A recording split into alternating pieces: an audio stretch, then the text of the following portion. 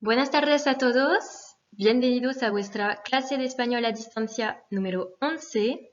Hoy es lunes 4 de mayo de 2020.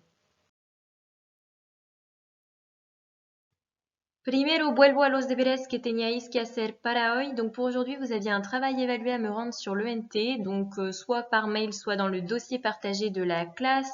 J'ai cru comprendre qu'il y avait des petits soucis au niveau de la messagerie, donc vous pouvez également m'envoyer votre travail via ma messagerie personnelle dont je vous ai communiqué l'adresse avant les vacances.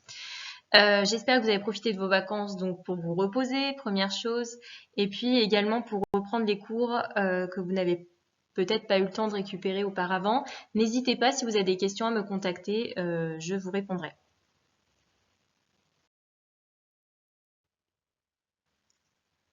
Comenzamos la lección del día.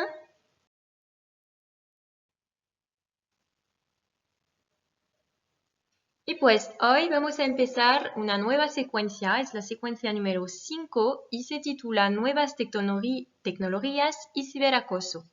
Donc on commence aujourd'hui une nouvelle séquence qui va nous permettre d'aborder une nouvelle thématique qui est celle des nouvelles technologies et du cyberharcèlement.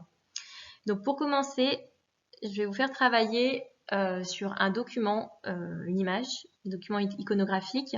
Alors moi j'ai mis EO, hein, expression orale. Bon, on n'est pas en classe, mais c'est vrai que c'est quelque chose qui normalement est fait à l'oral. Donc vous à la maison, vous pouvez essayer de vous entraîner. Hein, vous n'êtes pas forcément obligé de faire à l'écrit à chaque fois ce que je peux proposer comme activité. Là, vous pouvez réfléchir à ce que vous diriez pour décrire le document. Donc le document s'intitule Las actividades de verano de los niños de ayer y de hoy. Donc je vais vous poser une seule et unique question et je vais vous demander en fait tout simplement d'être capable de me décrire le document dans son ensemble. Y la pregunta es, describe el dibujo comparando la parte izquierda con la parte derecha. Utiliza el imperfecto para evocar el pasado. Donc je vais vous demander de décrire le dessin, de comparer la partie droite et la partie gauche. Et donc forcément pour la partie gauche, il va falloir utiliser l'imparfait puisque là on est sur une période passée. Je vous laisse faire votre travail et on se retrouve ensuite pour la correction. Auparavant, je ferai un petit point grammatical et lexical plutôt, sur notamment tout ce qui est saison, puisqu'ici on vous évoque el verano, et sur les adverbes de temps, puisqu'on en aura besoin. Je vous laisse faire, on se retrouve pour la correction.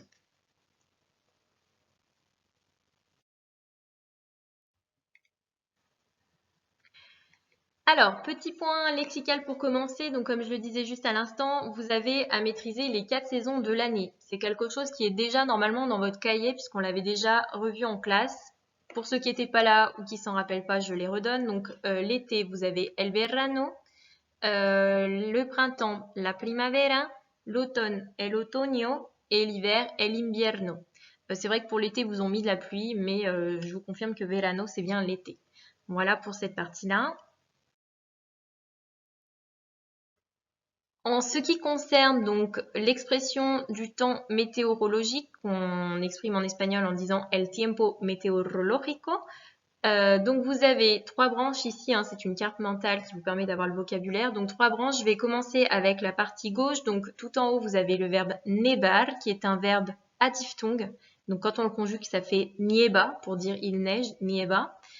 Pour dire la neige, c'est la nieve. Donc voilà pour cette partie. Ça aussi, c'est des choses qu'on avait vues en classe, c'est juste un rappel. Pour la branche du dessous, toujours à gauche, liover, qui est un verbe à diphtongue. Donc là, le O est devenu UE. Donc quand on conjugue pour dire il pleut, on dira llueve. Et pour dire la pluie, ce sera la lluvia.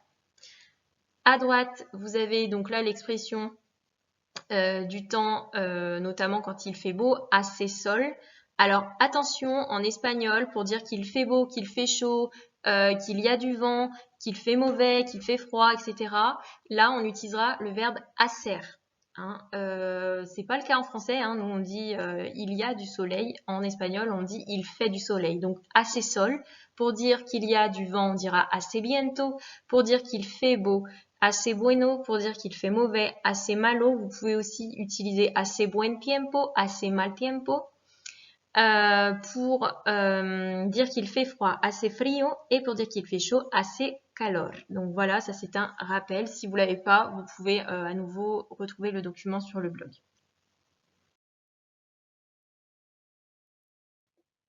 Et je reviens également aux adverbes de temps. Donc adverbios de tiempo. Donc pour ceux qui ne se rappellent pas, un adverbe, c'est ce qui va être employé avec un verbe et qui va apporter une information supplémentaire au verbe. Donc par exemple, si vous voulez dire j'ai joué au ballon, si vous ajoutez ayer, ayer est un adverbe. Ça va apporter une précision sur le moment auquel vous avez joué au ballon. Donc on dira en espagnol ayer jugué a la pelota, par exemple. Donc, vous avez 3 parties sur le schéma. Ayer, donc pour dire tout ce qui va être passé. Donc, ayer, c'est hier. Anoche, c'est hier soir. Antes, c'est avant. Anteriormente, c'est antérieurement, c'est-à-dire là aussi, c'est encore un synonyme de avant. Recientemente, là, c'est récemment. Donc, récemment, c'est-à-dire, on pourrait dire sur les quelques semaines auparavant. Hoy, donc là c'est la partie présent. Hoy, ça veut dire aujourd'hui. Vous avez aussi ahora qui veut dire maintenant, actualmente qui veut dire actuellement. Et pour le futur, donc là on a plusieurs possibilités. Mañana, demain. Después, après ou ensuite. Posteriormente, postérieurement ou prochainement. Proximamente, prochainement. Et pronto qui veut dire bientôt. Donc voilà pour les adverbes de temps que vous pouvez utiliser. Je fais ce petit point puisque dans le document, vous avez dû voir qu'il y avait ayer en 1985. Donc los niños de ayer, ce sont les enfants d'hier, c'est-à-dire les générations du passé. Alors, première chose, je commence avec la présentation. Donc, il fallait savoir dire le mot dessin. Es un dibujo, este dibujo de Andrés Faro, dibujante español, y de César Dacol, dibujante argentino, fue realizado el 27 de junio de 2015 y fue publicado en el sitio web www.e-farro.info. La fecha de publicación aparece arriba, mientras que el nombre de los dibujantes, así como la fuente, se sitúan abajo del dibujo. Donc cette petite introduction permet ici de présenter brièvement le document, le type de document, les auteurs. Donc on a un dessin qui est réalisé par deux dessinateurs. Donc ici, le dessinateur c'est dibujante en espagnol. Donc l'un est espagnol, l'autre est argentin. Et j'ai utilisé le passé pour dire que le dessin a été réalisé ou fut réalisé. Donc fue realizado ici. Fue c'est le verbe ser au passé simple. Vous commencez normalement à maîtriser. Et puis on pouvait redire soit fue publicado, soit publicado tout seul puisque fue est déjà mis dans la phrase. Donc on peut ici alléger. L'espagnol préfère enlever en fait le fue pour éviter une répétition. Donc on peut dire soit fue publicado ou juste publicado. Donc il a été publié ou il fut publié sur le site web. Donc là je vous ai dit www. On peut aussi dire bien sûr www. Mais au lieu de dire 3 fois www, simplement dire triple W vous permet de dire qu'il y en a 3 en fait de W. Le tiret ça se dit guillonne et le point donc punto. J'ai également fait une comparaison pour vous dire où était située la date de publication. Donc je vous ai expliqué arriba.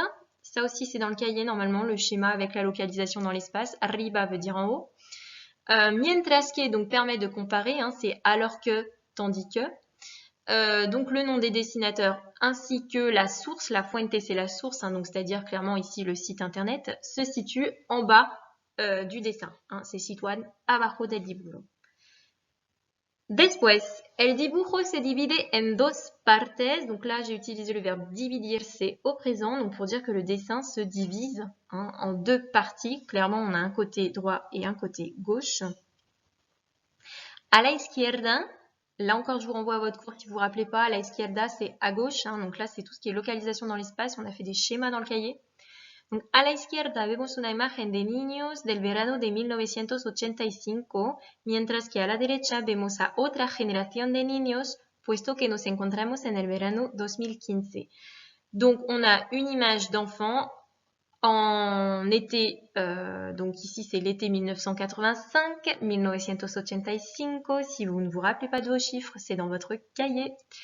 Alors que, là encore une fois on fait une comparaison, donc mientras que, donc on compare le côté gauche, izquierda, au côté droit, la derecha, on voit une autre génération d'enfants. Alors attention à ne pas m'oublier le A, vemos a otra generación, puisqu'ici on a un COI, pardon, un COD de personnes. Donc faites attention, il ne faut surtout pas l'oublier. Une autre génération d'enfants, puisque nous nous trouvons cette fois-ci à l'été 2015. Puesto que veut dire puisque, c'est un synonyme de porque. Encontrarse, c'est le verbe se trouver, ça veut aussi dire rencontrer. Ici, c'est la signification, on aurait pu dire nos situamos, o estamos en el verano 2015. Antes, en 1985, los niños se divertían. Donc, j'ai utilisé ici de l'imparfait. Je vous avais dit attention, pour faire la description du côté gauche, vous devez utiliser l'imparfait puisqu'on est sur un moment passé, 1985. Se divertían, fuera. Fuera signifie dehors. Se bañaban en la piscina y disfrutaban del día soleado. Donc ici, on a des enfants qui sont en train de s'amuser. Divertirse, c'est s'amuser. Ils sont en train de se baigner et ils profitent de la journée qui est ensoleillée, el día soleado. Tous ces verbes-là donc sont à l'imparfait. Je rappelle que les verbes en AR, ça fait aba, et les verbes en ER et IR, ça fait IA. Il n'y a que 3 verbes irréguliers à l'imparfait qui sont ser, qui fait era, ir, qui fait iba, et ver, qui fait beia. Donc ici, divertir, c'est normalement est un verbe qui diphtongue. Le E est censé devenir IE, mais on n'a pas de verbe à diphtongue et pas de verbe à affaiblissement quand on est à l'imparfait. En efecto, como hacía sol y calor, podían nadar por la piscina, algunos jugaban a la pelota, mientras otros saltaban al agua. Todos vestían un traje de baño ou, on pouvait dire, un bañador. Alors, je vous rappelle donc que pour dire qu'il fait beau et chaud, on utilise le verbe hacer. Ici, le verbe hacer est donc à l'imparfait, ça donne hacía. Le verbe poder qui donc signifie pouvoir, donc podían, il pouvait nager dans la piscine. J'ai mis également encore une fois le verbe jugar, qui veut dire jouer, jouer au ballon, jugar a la pelota, jugaban du coup à l'imparfait. Attention, ici je n'ai pas utilisé mientras que, mais mientras, ça n'est pas le même sens. Mientras que, je vous le disais tout à l'heure, c'est pour une comparaison, on traduirait par alors que, tandis que, et quand mientras est utilisé seul, on veut marquer ici la simultanéité de 2 actions. Donc on a à la fois des enfants qui sont en train de jouer au ballon, alors que d'autres, au même moment, sont en train de plonger, ou de sauter à l'eau. Donc saltaban al agua. Todos vestían un traje de baño, ça veut dire que tous portent un maillot de bain. Donc de façon, traje de baño ou bañador pour dire le maillot de bain. Ensuite, ahora observamos que los dibujantes han reemplazado la piscina por una tableta. Donc, on observe maintenant qu'en fait, les dessinateurs ont décidé de remplacer la piscine par une tablette. La pelota también ha desaparecido. Le ballon a également disparu. Ha desaparecido, c'est du passé composé, d'accord? Ici, pourquoi on a utilisé du passé composé? Parce qu'on est en lien avec le présent, on compare donc passé composé pour dire que le ballon a disparu là, à ce moment-là où on parle. Donc, ha desaparecido, le verbe desaparecer est un verbe régulier.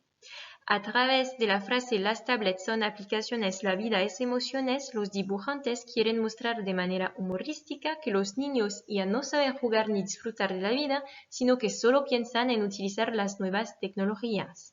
Donc, à travers la phrase qui est écrite sur le dessin et en dessous également, donc la phrase qui est « Les tablettes sont des applications, la vie ce sont des émotions », les dessinateurs veulent montrer de manière humoristique que les enfants ne savent plus jouer. Ya no, on le place devant le verbe pour dire « ne plus ». Donc ya no saben jugar, ils ne savent plus jouer ni profiter de la vie. Mais, alors je n'ai pas traduit mais par perro, mais M-A-I-S, parce qu'ici on a une négation, no saben jugar. Donc rappelez-vous, quand on a une négation, no sino que. Donc, ils ne savent plus jouer ni profiter de la vie, mais ils pensent uniquement ou seulement à utiliser les nouvelles technologies. Attention, le mot technologie, il n'y a pas de H en espagnol. Hein, tecnologías. Par contre, il y a un accent sur le I. Et pour finir, donc, prefieren vivir en un mundo virtual que en un mundo real. Donc, ils préfèrent vivre dans un monde virtuel plutôt que dans le monde réel. Le verbe préférir est un verbe à diphtongue. Ici, on est au présent. La diphtongue est donc obligatoire. Prefieren, le E est devenu IE.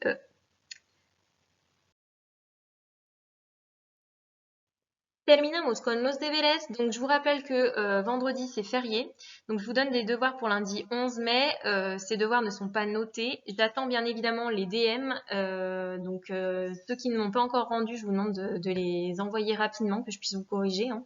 Sachant que moi, ensuite, je vous envoie individuellement votre copie, votre copie corrigée. Mais si je n'ai pas tous les travaux rendus en temps et en heure, je n'envoie rien du tout. Donc, du coup, ça bloque tout le monde pour la correction.